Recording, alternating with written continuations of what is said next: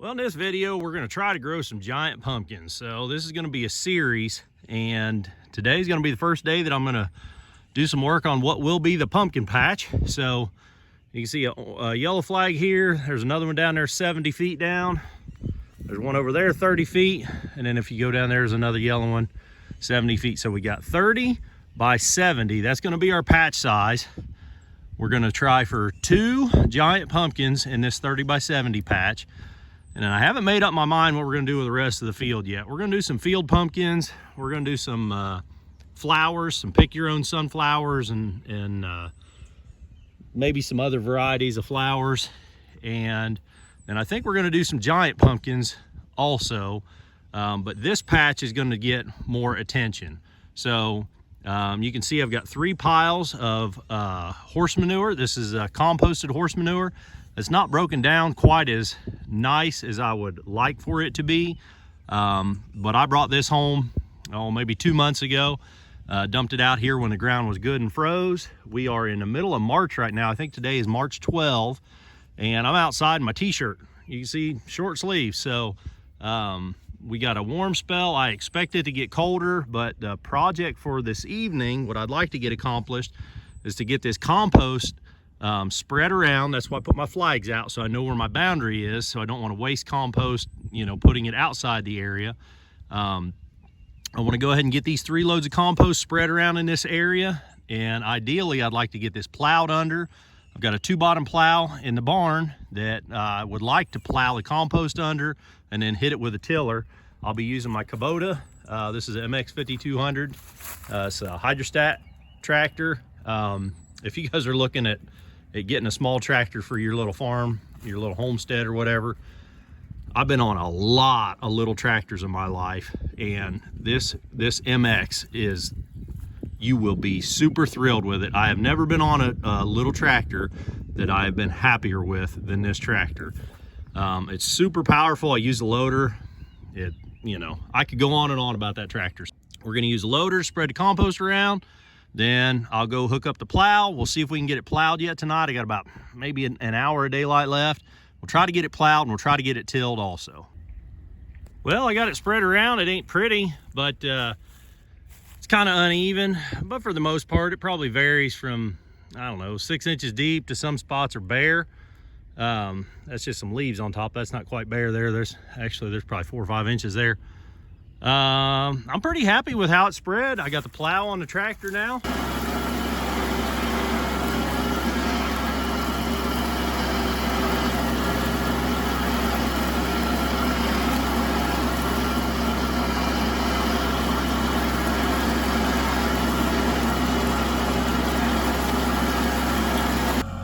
Well, this stuff is really slick, and the ground is pretty wet anyhow. I just about busted my butt right there. So I'm having a heck of a time. I don't know. I got grass to get traction on up here.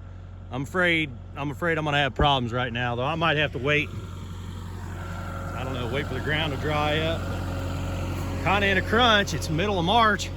It's gonna start raining again, and I'm afraid it won't dry up.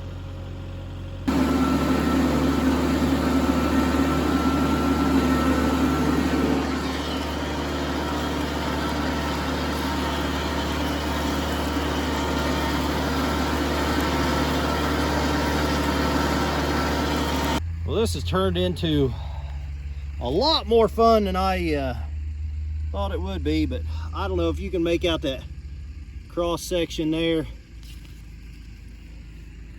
Here's the bottom of I'm using my little flag to point with. There's the bottom of the plowed furrow. So we got about 8 inches of clay, and then right here we got about 2 inches of compost. And that pretty well holds true looking on down through there.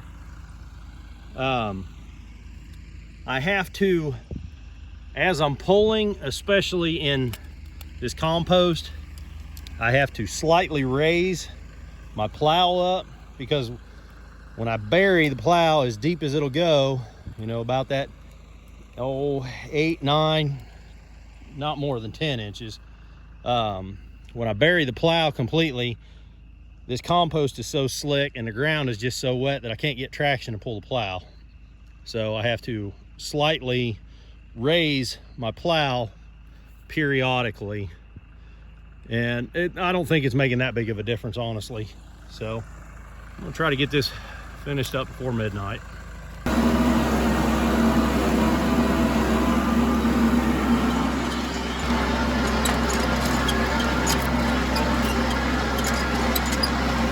So I got this soil probe from Amazon. It was a cheapie. I got it on Black Friday deal, and it's probably going to be good enough for what I want to do.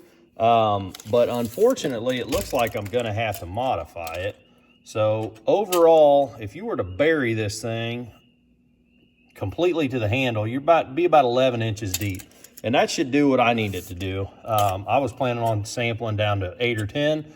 So that should be good. But the issue that I can see is going to be a problem is if you bury this to 10 inches, you are not going to get this much of the plug out. I mean, you could take, right now, you could take a 4-inch core and be able to use a tool and scrape that out.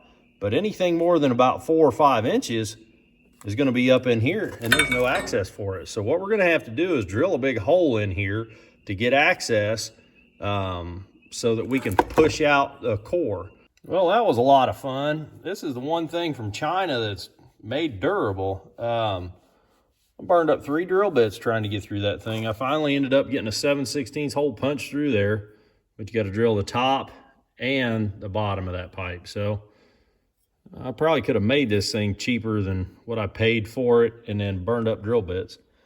Of course, now I got a burr around it, so I'm going to hit this with a sandpaper or grinder or something.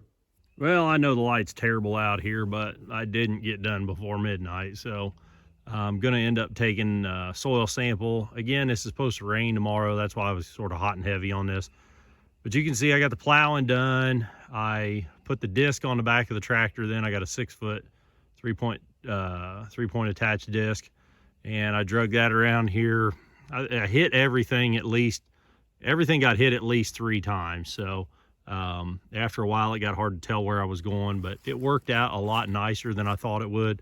That dead furrow there, it sort of filled in a little nicer than I thought it would. So that doesn't look too bad. Just sort of now it just looks like a drainage ditch down the middle of the field, which probably not a bad thing. So I'm going to run around here with my cheap little tester. Well, heck, I guess I could show you. I'm sure you guys know how to take a soil sample, but so we're just gonna probe around about, I don't know, 8 or 10 different spots here. So essentially it's just drive that in. Now it got firm, so that would be the bottom of the plow furrow, which again, it's about 10 inches. So that sort of corresponds with what we saw. Okay, that's not a great sample. I'm going to take 2 hands. Might be because this soil is so loose, I might have a hard time sampling it, but I'll take 2 hands and get this done. Well, we're back up at the shop. It's just a little after 1 a.m. I got my samples taken. This was from the biggest part of the field, and then this was from the giant pumpkin patch, and you can see the compost in it. So I'll go ahead and get these sent off. I got a little sidetracked because it's so late and it's early spring. You can see it's 60 degrees and at 1 a.m. and it's March 13th. So it's really warm for as early as we are. And I could hear something cool through the woods, or around the bend actually, when I was taking my samples. Check out this video. I got sidetracked with some timber doodles.